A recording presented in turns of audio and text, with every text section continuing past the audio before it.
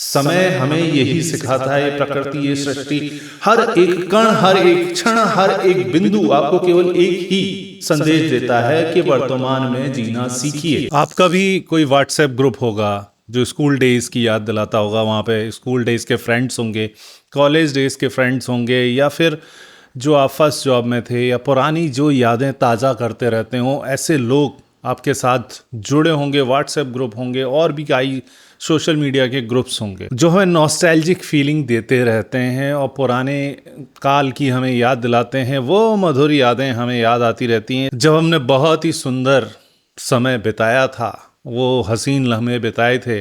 ना कोई टेंशन, ना कोई फिक्र, बस मस्ती में जीवन चलता था। वो दिन किसे बुरे लगते हैं? अगर सिंपल सी बात की जाए तो सबको अच्छा लगता है। लेकिन अगर मैं आपसे कहूं कि अगर उन चीज़ों को आप बहुत ज़्यादा रोमांटिसाइज करते हैं, उस पास्ट के समय को आप बहुत ज़्यादा रोमांटिसाइज करते हैं, तो आपका फ्यूचर डार्क होने वाला है। तो आपको शायद छोटा सा झटका लगेगा कि यार ये क्या बात हुई, ठहरिए, ज़्यादा आगे मत जाइए कि वो तो मेरे प्यारे दोस्त हैं, वो तो उनसे मेरा इतना भयंकर एसोसिएशन है, उनके साथ मैंने जीने मरने की कस्में खाई, उनके साथ इतना अच्छा समय व्यतीत किया, तो उनसे क्या मैं डिटैच हो जाऊं? भाई, दोस्त बड़ी मुश्किल से मिलते हैं, ये तो मैं बार बार बोलता हूँ। अच्छे दोस्त मिलना ऊपर वाले का सबसे बड़ा नेमत है आपके लिए। अगर अच्छे दोस्त आपको मिल जाते हैं, उनको कभी मत छोड़िए। लेकिन मैं कह रहा हूँ, उस काल को, उस समय को, उस पास्ट को आप बहुत ज़्यादा चेरिश कर रहे हैं, उसका क्वेश्चन आपने बहुत ज़्यादा पोर्शन बढ़ा लिया है, तो आप प्रेजेंट से डिस्कनेक्ट होने लगते हैं।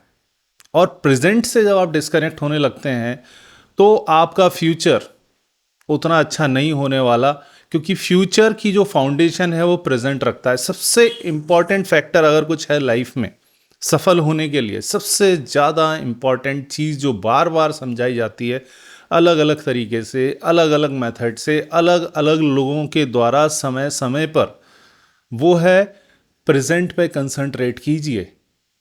देखिए, पास्ट को अगर आप बहुत ज़्यादा चेरिश कर रहे हैं ना, तो ये समझ लीजिए आपका एनर्जी लेवल बहुत डाउन है, आप भयभीत हैं फ्यूचर को लेके, आप प्रेजेंट से बिल्कुल डिससेटिस्फाइड हैं। और वैसे भी अगर देखा जाए अमूमन, तो अगर जो युवा शक्ति से भरे होते हैं, जिनके अंदर ऊर्जा का संचार हो रहा है बहुत ज़्यादा और बहुत ज़्यादा एनर्जेटिक हैं, वो फ्यूचर को हमेशा प्रेजेंट में लाना चाहते हैं। वो चाहते हैं जो फ्यूचरिस्टिक चीज़ें होने वाली हैं वो मेरे प्रेजेंट में आ जाएं। यार, ये तो मज़ा नहीं आ रहा उतना। तुम सारी टेक्नोलॉजी जो है वो एआई आ जाए, रोबोटिक्स आ जाए, हम प्लानेट पे पहुंच जाएं, मतलब फ्यूचरिस्टिक चीज़ें जो हैं वो मेरे प्रेजेंट में आ जाएं। अभी की लाइफ में तो मज़ा ही नहीं आ रहा। और दूसरी तरह के लोग होते हैं, वो लोग चाहते हैं कि यार पुराने दिन बहुत अच्छे थे, जिनका एनर्जी लेवल कम हो चुका है, जो कि फ्यूचर को लेके बहुत ज़्यादा आशावादी नहीं है। उनके मन में कोई ऐसा कोई भाव नहीं है कि फ्यूचर में मैं कुछ अचीव करूँगा और मुझे कुछ आगे बढ़ना है। वो सेटल हो चुके हैं। और जनरली जो थोड़ी सीनियर पीढ़ी होती है, अगर उनके साथ थोड़ा सा भी समय आप बिताएंगे तो देखेंगे कि वो लोग हमेशा they keep on discussing the older days, कि भैया जो पुराने दिन कितने मनमोहक दिन थे, कितने अच्छे दिन थे, वो कागज की कश्ती, वो बारिश का पानी, वही लौटा दो भाई। अगर वही लौटाना उतना आसान होता तो लौटा भी देते। लेकिन मेरे कहने का अर्थ है कि पास्ट में अगर आप चीज़ों को बहुत ज़्यादा चेरिश करने लगोगे ना, उसको उतने ज़्यादा रोमांटिसाइज कर लोगे कि यार पुराने दिन बहुत अच्छे थे, इससे होगा क्या कि आपका डिस्कनेक्ट हो जाएगा प्रेजेंट से। आप बिल्कुल ओवर डिससेटिस्फाइड रहोगे प्रेजेंट से। और जब आप प्रेजेंट से डिस्कनेक्ट हो जाओगे तो फ्यूचर तो आपका डार्क ही होने वाला है, ग्रे ही रहेगा आने वाला समय। चूंकि आप प्रेजेंट में काम नहीं कर रहे हो, आप तो खोए हुए हो अपनी मधुर यादों में, अपने पुराने दिनों में, उसी तसव्वुर में आप अपना जीवन निकालने में व्यस्त हैं। तो भाई थम जाइए, उसको रहने दीजिए। अच्छे दोस्तों को अपने बैग में रखिए, अपने पास रखिए, दिल में रखिए, दिमाग में रखिए, उनके साथ कनेक्शन बनाए रखिए और उन यादों को भी चेरिश कीजिए, मिला करिए उनसे।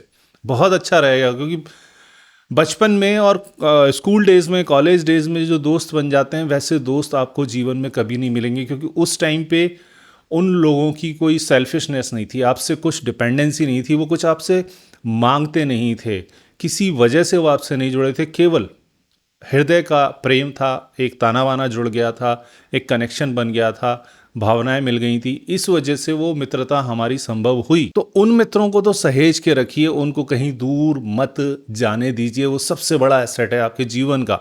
लेकिन उस काल को बहुत ज़्यादा अपने दिमाग पे हावी मत कीजिए। फ्यूचर को प्रेजेंट में लाने का प्रयास या पास्ट को प्रेजेंट में लाने का प्रयास, दोनों ही प्रयास आपको नगारा बना देंगे। दोनों ही प्रयास केवल आपको मानसिक सुख दे सकते हैं, एक तरीके का सुकून दे सकते हैं, लेकिन वो आने वाले भविष्य के लिए आपके लिए अच्छे नहीं हैं। आपकी सफलताओं में सबसे बड़ा रोड़ा बन जाएंगे, क्योंकि जब प्रेजेंट से कनेक्ट नहीं करेंगे तो नए कनेक्शन नहीं बनाएंगे, आगे नहीं बढ़ पाएंगे, क्योंकि भविष्य के लेकर आपने कोई प्लानिंग ही नहीं की है। इसी वजह से, क्योंकि एक तबका जो है वो पास्ट को प्रेजेंट में लाना चाहता है और एक तबका जो है वो फ्यूचर को प्रेजेंट में लाना चाहता है, तो प्रेजेंट के साथ मैक्सिमम लोगों का डिस्कनेक्ट होता है।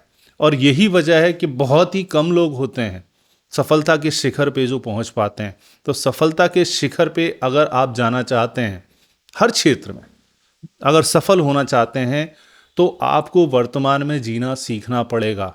यही एक तरीका है। समय हमें यही सिखाता है, ये प्रकृति, ये सृष्टि, हर एक कण, हर एक क्षण, हर एक बिंदु आपको केवल एक ही संदेश देता है कि वर्तमान में जीना सीखिए। दुख से आपको मुक्ति मिलेगी, संताप से मुक्ति मिलेगी, डिप्रेशन से मुक्ति मिलेगी। आपका जीवन सौहार्दपूर्ण तभी हो पाएगा जब आप वर्तमान के साथ रिश्ता बनाते हैं। और कोई तरीका नहीं है आपको सुखी, समृद्धशाली, सफल बनाने का। मैंने खुद स्कूल डेज में 2 पंक्तियां लिखी थी, कविता लिखी थी, उसकी 2 पंक्तियां याद है मुझे कि जो गुजर गया उसे भूल जा, जो गुजर गया उसे भूल जा, जो आ गया, जो आज है उस पे यकीन कर। वो मंजिलें अब भी वहीं पे हैं, वो मंजिलें अब भी वहीं पे हैं, तू आ गया बस जमीन पर। मंजिलें उतनी ऊंचाइयों पे ही हैं भाई, वो राहें आपको निहार रही हैं, ताक रही हैं कि आप आएं, उस पर चलें और ऊपर चढ़ें, मंजिल को प्राप्त करें। प्रत्येक व्यक्ति के लिए खुला हुआ है मार्ग। लेकिन हम तो पास्ट में जी रहे हैं कि भैया हम अपनी ज़मीन खोद खोद के, गड्ढा खोद खोद के और नीचे चले जा रहे हैं। यार पुराने समय में ये हो गया है, यार कल अगर मेरे साथ ये नहीं होता, उसने मुझे चीट न किया होता, उसने मुझे डिच न किया होता, काश मेरे जीवन में ये पुरानी घटना नहीं हुई होती तो आज मैं उतना दुखी नहीं होता, मेरे जीवन में इतने कष्ट नहीं होते। अरे भाड़ में जाने दो यार, बीती ताही बिसार दे यार। भाई जो बीत गया उसको अगर गले से लगा के रखोगे, उसको अपने बिल्कुल सहेज के रखोगे, बिल्कुल चिपका के रखोगे अपने पास, तो आपका भविष्य अंधकार में है। मुझे दुख के साथ कहना पड़ेगा कि भाई उस भविष्य के साथ आप अच्छा नहीं कर रहे हैं, उस भविष्य को आप बर्बाद करने पे तुल गए हैं। अगर या तो पास्ट को या फ्यूचर को आप प्रेजेंट में लाना चाहते हैं, क्योंकि वो तो आने से रहा, वो तो असंभव प्रक्रिया है। समय जो निकल गया वो निकल गया, समय जो आने वाला है वो आएगा ही, आप चाहें ना चाहें। आप चाहे शुतुरमुर्ग की तरह रेत में मुंडी दबा के ये सोचने लगें कि भैया शिकारी चला जाएगा, भविष्य में कुछ बुरा नहीं होगा, तो भाई अगर आपने कर्म अच्छे नहीं किए हैं वर्तमान में, तो भविष्य में उसके फल आपको भोगने पड़ेंगे। तो भूत वर्तमान में नहीं आ सकता, भविष्य वर्तमान में नहीं आ सकता, लेकिन आप जो अनर्गल प्रयास करते रहेंगे इन चीज़ों को लाने की, उस वजह से आप अपना वर्तमान बर्बाद कर लेंगे, तो आपका भविष्य बर्बाद होगा। और जब आप भविष्य में चले जाएंगे, जब समय बीत जाएगा, तो आपका पास्ट भी खराब हो जाएगा, क्योंकि जो प्रेजेंट अभी आपको दिख रहा है वो पास्ट बन जाएगा तब। तो केवल एक ही मंत्र है, एक ही गुरु मंत्र है जीवन में सुखी रहने का, संतोषी रहने का, संतुष्ट रहने का, दुख से, अवसाद से, डिप्रेशन से, एंजाइटी से, किसी भी प्रकार के तनाव से दूर रहने का सबसे बड़ा सरल गुरु मंत्र है, वर्तमान में जीना सीखिए। अगर आप वर्तमान, चाहे आपका अच्छा चल रहा हो चाहे बुरा चल रहा हो, लेकिन जो सामने है उससे कनेक्ट कीजिए, उस पर एक्शन लीजिए, उसको बेहतरी से निभाइए, उसको बेस्ट पॉसिबल रिस्पेक्ट दीजिए उस मूवमेंट को, उसमें जीना सीखिए। उस मूवमेंट को अगर आप एंजॉय नहीं करेंगे, उसको सही से एग्जीक्यूट नहीं करेंगे, तो बहुत मुश्किल होने वाली है बाबा।